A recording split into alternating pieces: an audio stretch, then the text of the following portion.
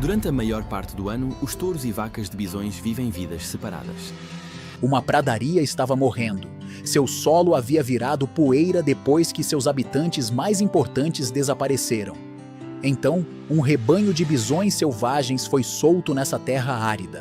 Esses grandes, um pouco estranhos, mas magníficos animais. E eles são nossos, certo? Eles são nossos animais. 15 anos depois, a pradaria renasceu e estava cheia de vida. Esta é a verdadeira história do retorno mais surpreendente da natureza. Nos últimos anos, Dakota do Sul tem testemunhado uma cena extraordinária. Bisões voltando a circular livremente em lugares como os parques nacionais de Badlands e Wind Cave. Depois de mais de um século de ausência, rebanhos foram reintroduzidos com sucesso nessas áreas protegidas. Hoje, Badlands abriga mais de 1.000 desses gigantes das pradarias, Wind Cave, cerca de 500, e o Parque Nacional Theodore Roosevelt, quase 400. Mas uma área seguia vazia.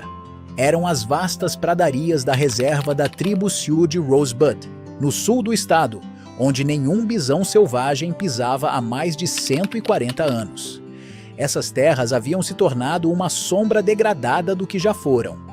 Em 2020, isso finalmente começou a mudar. Líderes tribais, autoridades dos parques e conservacionistas uniram forças para trazer os bisões de volta à recém-criada Wolacota Buffalo Range, dentro da reserva de Rosebud. Eles transportaram animais de parques nacionais e reservas naturais para terras tribais, em um esforço ousado para curar a pradaria. O objetivo: restaurar um rebanho de 1.500 bisões em cerca de 28.000 acres de pastagens tribais e, junto com eles, restaurar a terra e um modo de vida. O que levou a essa reintrodução tão ambiciosa? E por que os bisões foram a chave para salvar uma paisagem à beira da morte?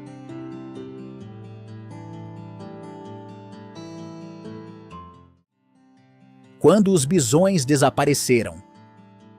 Durante séculos, dezenas de milhões de bisões moldaram o ecossistema das grandes planícies e sustentaram o povo Lakota.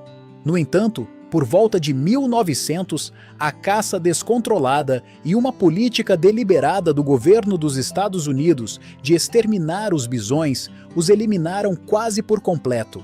Na reserva de Rosebud, nenhum bisão restava no início do século XX. Com a ausência deles, a terra e a comunidade pagaram um preço alto. Sem os bisões, passaram a criar gado e ovelhas nas pradarias. Mas o gado doméstico pasta de forma diferente. Ele permanece por mais tempo no mesmo lugar e come demais, até arrancar as plantas pela raiz.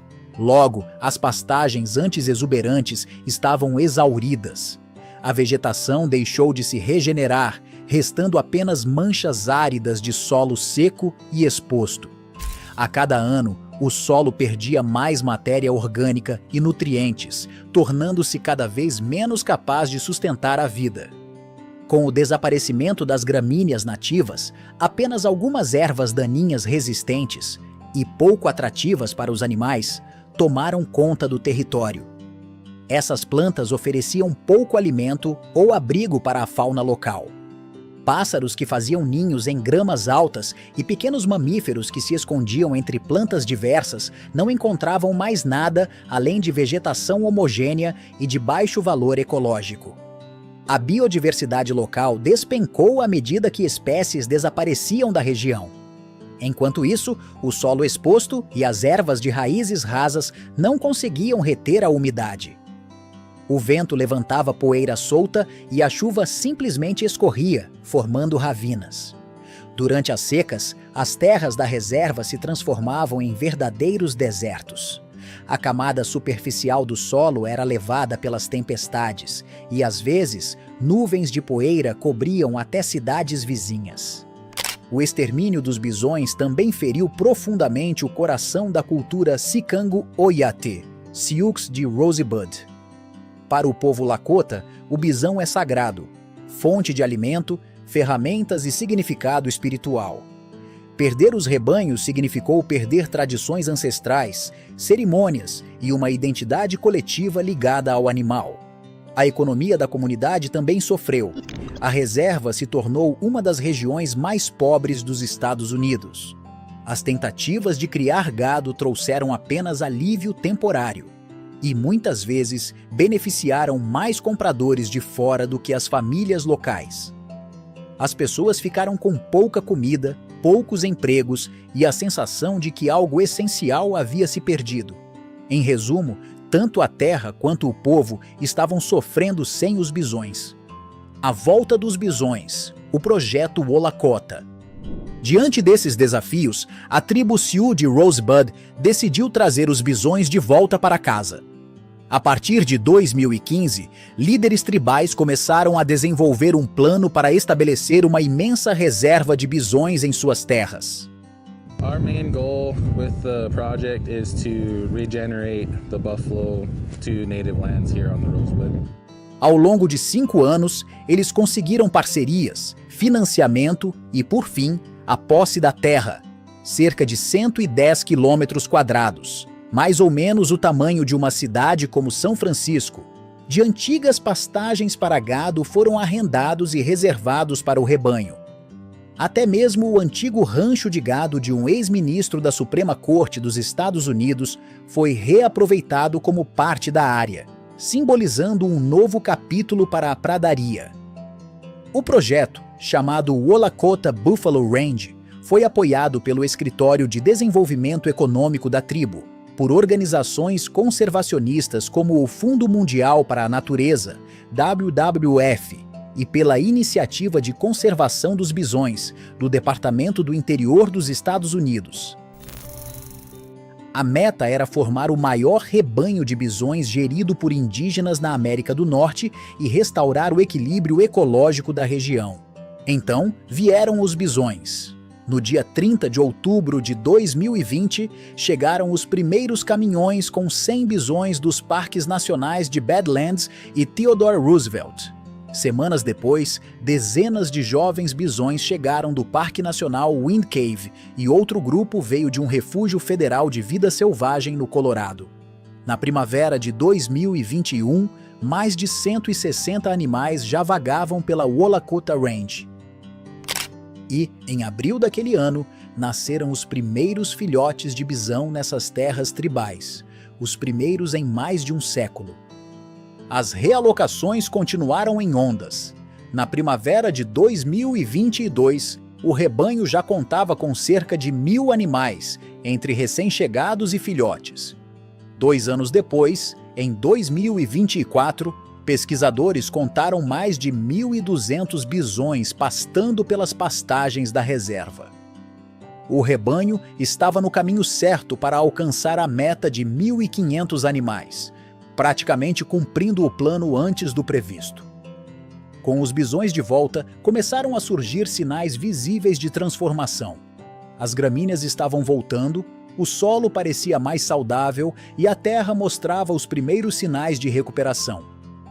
Um ecossistema que havia definhado por décadas finalmente tinha a chance de se regenerar, guiado por seus verdadeiros guardiões. Como os bisões curam a pradaria. Para a pradaria, o retorno dos bisões tem sido transformador. Esses animais atuam como uma espécie-chave, ou seja, sua presença causa um impacto desproporcional no ambiente. Veja 5 formas como o rebanho está ajudando a reconstruir as grandes planícies. Movimento constante cria um mosaico. Os bisões estão sempre em movimento.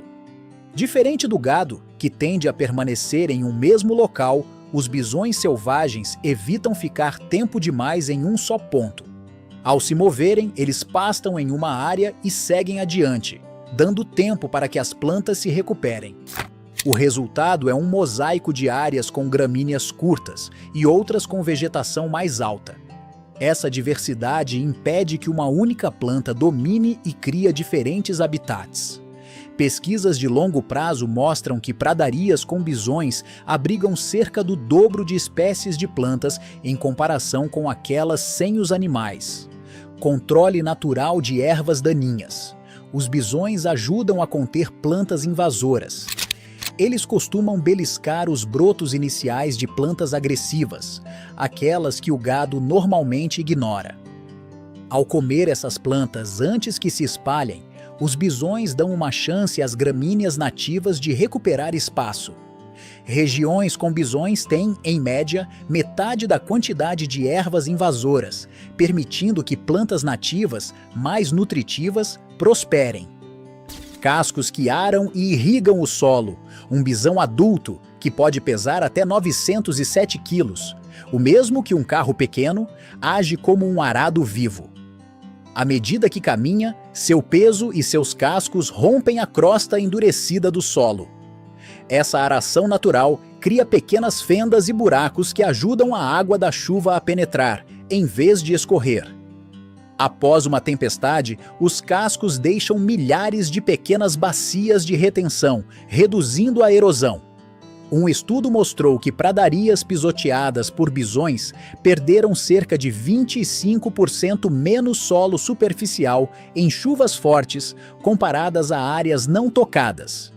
Com o tempo, isso melhora o armazenamento de água no solo e até ajuda a recarregar os lençóis freáticos. Fezes como fertilizante gratuito. Os bisões também fertilizam a terra naturalmente. Um adulto libera cerca de 20 quilos de esterco por dia, o peso aproximado de uma criança de 4 anos, espalhados em montinhos. Esse material é rico em nutrientes como nitrogênio, fósforo e potássio, essenciais para as plantas. Besouros rola-bostas e minhocas decompõem o esterco e o incorporam ao solo, enriquecendo-o. O resultado é um fertilizante natural de liberação lenta que fortalece as gramíneas e flores silvestres sem necessidade de produtos artificiais. Espalhando vida com o corpo, para aliviar o calor e se livrar de insetos, os bisões costumam se revolver no chão, rolando o corpo e transformando a grama em poeira. Cada revolvimento cria uma depressão em forma de tigela no solo, conhecida como wallow. Nesse processo, o bisão arranca a vegetação velha e pressiona sementes presas em sua pelagem contra o chão. Quando chove, a depressão vira uma poça temporária. A lama rica em nutrientes, frequentemente misturada com esterco, se torna o berço ideal para germinar sementes.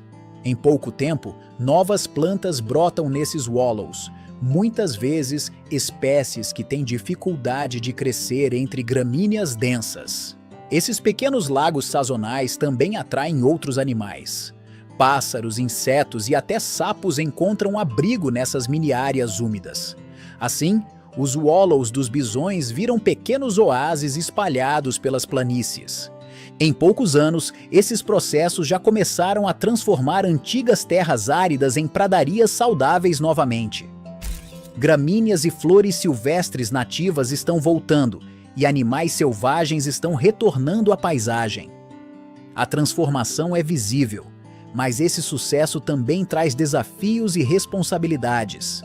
No entanto, reintroduzir os bisões não é uma solução mágica. É preciso ter grandes áreas abertas e manejo cuidadoso.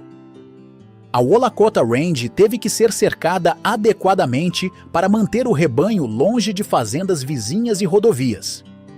Gestores ambientais monitoram a saúde dos animais e o impacto do pasto, especialmente durante invernos rigorosos ou períodos de seca. O projeto também depende de financiamento contínuo e apoio da comunidade. Nem todos estão entusiasmados. Alguns fazendeiros da região temem a competição com o gado ou a propagação de doenças. A colaboração constante é essencial para lidar com essas preocupações. Em outras palavras, equilibrar a restauração ecológica com as realidades modernas continua sendo uma tarefa permanente. No fim das contas, uma paisagem aparentemente perdida foi curada pelos mesmos gigantes que um dia a definiram. O retorno dos bisões revitalizou as planícies e o espírito da comunidade, provando que, mesmo após gerações de perda, é possível restaurar o que foi destruído. É uma história de esperança para outros ecossistemas degradados. Se você achou essa jornada inspiradora, inscreva-se no canal para mais histórias sobre a resiliência da natureza. E conte pra gente nos comentários o que você achou.